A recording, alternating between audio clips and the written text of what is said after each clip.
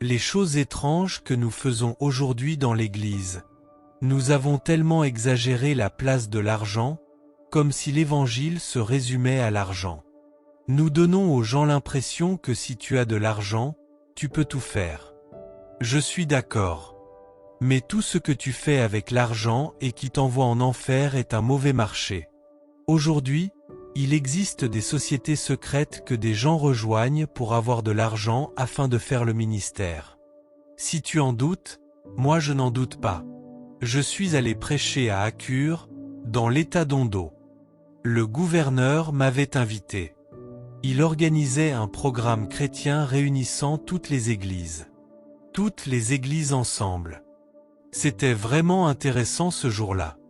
Je venais juste des États-Unis et je suis allé directement à Akure. J'étais fatigué, épuisé. Les mêmes vêtements que j'avais portés pour voyager, c'est avec cela que je suis entré dans la réunion. J'ai vu une foule immense. Quand j'ai terminé de prêcher, j'ai dit que nous devions repartir rapidement, j'avais besoin d'aller me reposer. Nous sommes montés dans la voiture et nous roulions, lorsqu'un homme s'est mis à courir derrière notre voiture. Mon chauffeur l'a vu dans le rétroviseur et a dit « Un homme court derrière nous ». J'ai dit « Arrête ». Il s'est arrêté, puis nous avons reculé. « Monsieur, que se passe-t-il? Pourquoi courez-vous derrière la voiture ?» Il a dit « C'est moi que Dieu vous a envoyé. Ma vie est finie. Je vous suivrai partout où vous irez jusqu'à ce que vous preniez le temps de traiter mon problème. » J'ai dit « Je vais à Ibadan. » Il a répondu « Je vous suivrai. » Et quand sa voiture est arrivée, j'ai compris qu'il savait de quoi il parlait. C'était une voiture Porsche, très coûteuse. Donc le problème n'était pas l'argent. Quelque chose de plus grand que l'argent poursuivait cet homme. Il nous a suivis jusqu'à Ibadan, puis nous sommes arrivés. Je l'ai conduit à l'église, car je ne le connaissais pas et je ne pouvais pas l'emmener chez moi. Là, je lui ai dit « Monsieur, quel est le problème ?» Il a dit « Je ne peux pas attendre. Je vais vous dire quelque chose que vous n'avez jamais entendu. » Lorsqu'il m'a dit qui il était, j'ai été surpris. J'avais entendu ce nom depuis longtemps. Il a pris son téléphone, a cherché et a montré « C'est moi ». J'ai dit « C'est donc vous ». Il a répondu « Oui ». Il a dit « Nous sommes un groupe de 14, tous des hommes de Dieu. Nous sommes dans une organisation et nous avons énormément d'argent. J'ai une suite permanente à Abuja, payée chaque année. J'ai la même chose à Lagos.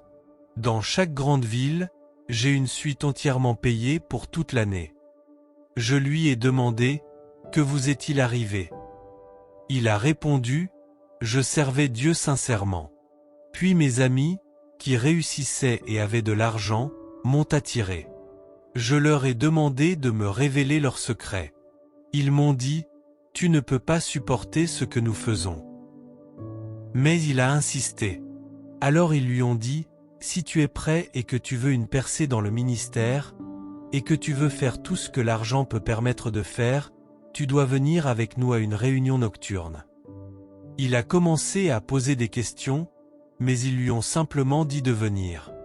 Il a dit à sa femme qu'il partait pour une veillée de prière, et il s'y est rendu. Là, il a vu ces hommes. Chacun avait de belles femmes autour de lui. Il y avait de l'alcool et toutes sortes de choses. Il menait une vie extravagante. Vers 2 heures du matin, le responsable est arrivé et a dit « Aujourd'hui, nous avons un nouveau membre. Voici les rituels, voici ce que vous devez faire et ne pas faire. » On lui a dit que c'était très simple, mais qu'il perdrait la vie éternelle. Très simple. Il a accepté. Et ils ont fait ce qu'ils avaient à faire. Ensuite, ils ont arrangé pour lui une femme avec laquelle il devait entretenir une relation régulière, comme une manière de maintenir l'alliance. Vous voyez certains hommes très faibles face aux femmes, vous ne savez pas ce qui les a amenés là. Ne les imitez pas. Cet homme est devenu riche, puissant. Son église a commencé à faire des choses étranges. si tu amenais un certain nombre de personnes à l'église, le pasteur te donnait une somme d'argent. Les cheveux ont été coupés. Les choses étranges que nous faisons aujourd'hui dans l'église. Nous avons tellement exagéré la place de l'argent, comme si l'évangile se résumait à l'argent. Nous donnons aux gens l'impression que si tu as de l'argent, tu peux tout faire. Je suis d'accord. Mais tout ce que tu fais avec l'argent et qui t'envoie en enfer est un mauvais marché. Aujourd'hui, il existe des sociétés secrètes que des gens rejoignent pour avoir de l'argent afin de faire le ministère. Si tu en doutes, moi je n'en doute pas. Je suis allé prêcher à Akure, dans l'état d'Ondo. Le gouverneur m'avait invité. Il organisait un programme chrétien réunissant toutes les églises. Toutes les églises ensemble. C'était vraiment intéressant ce jour-là. Je venais juste des États-Unis et je suis allé directement à Akure. J'étais fatigué, épuisé. Les mêmes vêtements que j'avais portés pour voyager, c'est avec cela que je suis entré dans la réunion. J'ai vu une foule immense. Quand j'ai terminé de prêcher, j'ai dit que nous devions repartir rapidement, j'avais besoin d'aller me reposer. Nous sommes montés dans la voiture et nous roulions, lorsqu'un homme s'est mis à courir derrière notre voiture. Mon chauffeur l'a vu dans le rétroviseur et a dit « Un homme court derrière nous ». J'ai dit « Arrête ». Il s'est arrêté, puis nous avons reculé. « Monsieur, que se passe-t-il? Pourquoi courez-vous derrière la voiture ?» Il a dit « C'est moi que Dieu vous a envoyé. Ma vie est finie. Je vous suivrai partout où vous irez jusqu'à ce que vous preniez le temps de traiter mon problème. » J'ai dit « Je vais à Ibadan. » Il a répondu « Je vous suivrai. » Et quand sa voiture est arrivée, j'ai compris qu'il savait de quoi il parlait. C'était une voiture Porsche, très coûteuse. Donc le problème n'était pas l'argent. Quelque chose de plus grand que l'argent poursuivait cet homme. Il nous a suivis jusqu'à Ibadan, puis nous sommes arrivés. Je l'ai conduit à l'église, car je ne le connaissais pas et je ne pouvais pas l'emmener chez moi. Là, je lui ai dit « Monsieur, quel est le problème ?» Il a dit « Je ne peux pas attendre. Je vais vous dire quelque chose que vous n'avez jamais entendu. » Lorsqu'il m'a dit qui il était, j'ai été surpris. J'avais entendu ce nom depuis longtemps. Il a pris son téléphone, a cherché et a montré « C'est moi ». J'ai dit « C'est donc vous ». Il a répondu « Oui ». Il a dit « Nous sommes un groupe de 14, tous des hommes de Dieu. Nous sommes dans une organisation et nous avons énormément d'argent. J'ai une suite permanente à Abuja, payée chaque année. J'ai la même chose à Lagos. Dans chaque grande ville, j'ai une suite entièrement payée pour toute l'année. Je lui ai demandé « Que vous est-il arrivé ?» Il a répondu « Je servais Dieu sincèrement. Puis mes amis, qui réussissaient et avaient de l'argent, m'ont attiré. Je leur ai demandé de me révéler leurs secrets. Ils m'ont dit « Tu ne peux pas supporter ce que nous faisons. » Mais il a insisté. Alors ils lui ont dit « Si tu es prêt et que tu veux une percée dans le ministère, et que tu veux faire tout ce que l'argent peut permettre de faire, tu dois venir avec nous à une réunion nocturne. » Il a commencé à poser des questions, mais ils lui ont simplement dit de venir. Il a dit à sa femme qu'il partait pour une veillée de prière, et il s'y est rendu. Là, il a vu ces hommes. Chacun avait de belles femmes autour de lui. Il y avait de l'alcool et toutes sortes de choses. Il menait une vie extravagante. Vers 2 heures du matin, le responsable est arrivé et a dit « Aujourd'hui, nous avons un nouveau membre. Voici les rituels, voici ce que vous devez faire et ne pas faire. » On lui a dit que c'était très simple, mais qu'il perdrait la vie éternelle.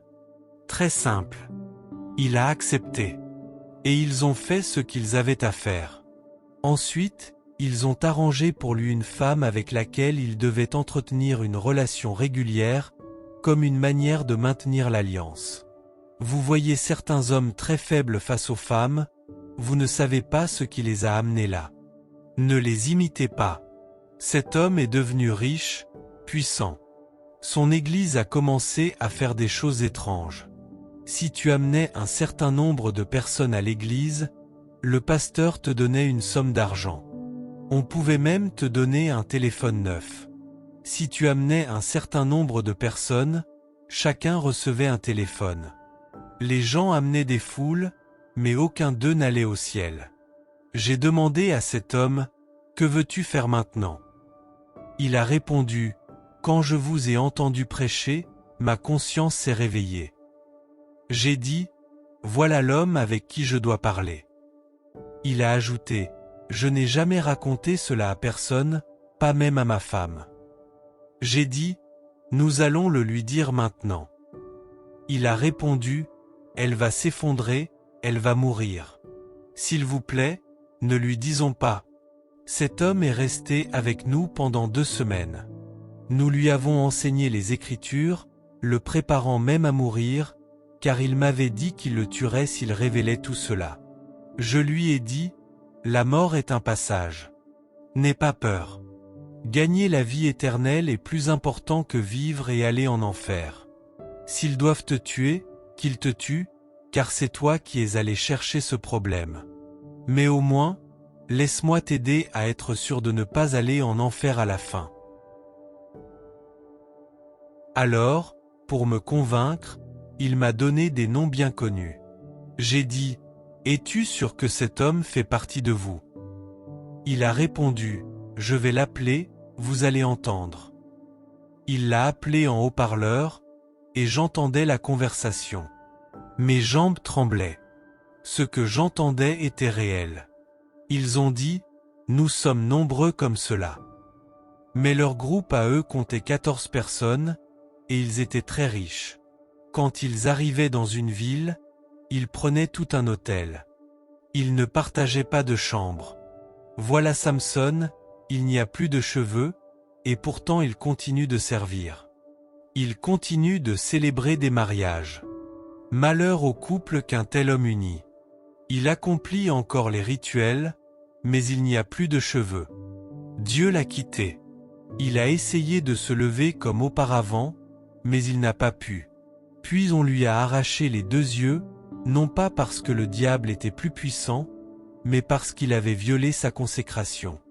La conséquence de la rupture de la consécration, c'est que tu perds ta part et même ta vie, à moins que Dieu ne te fasse miséricorde. Samson est devenu un sujet de moquerie.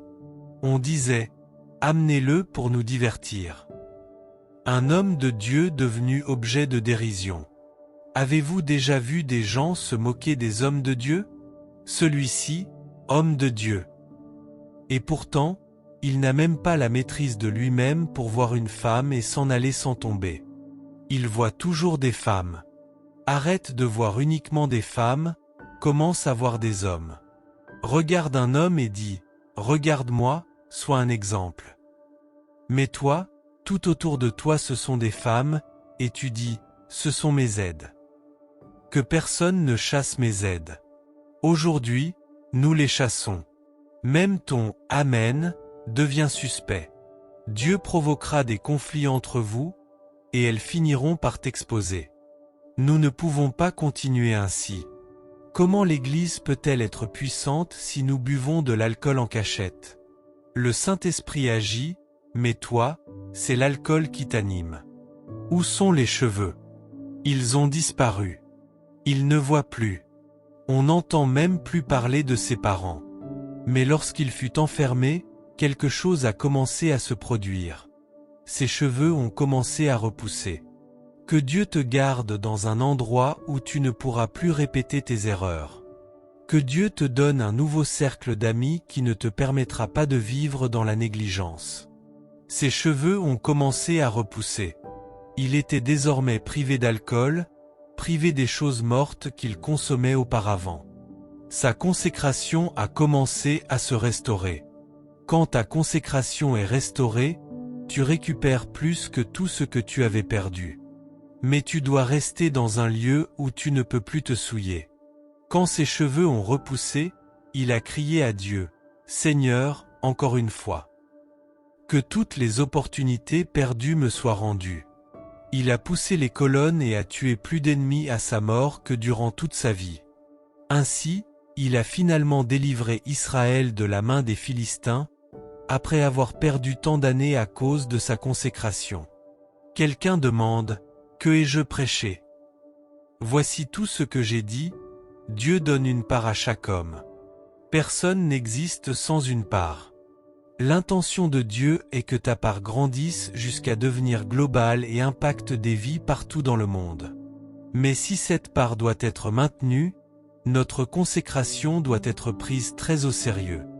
J'ai pris Samson comme étude de cas pour montrer comment il a perdu sa consécration et est devenu un homme ordinaire.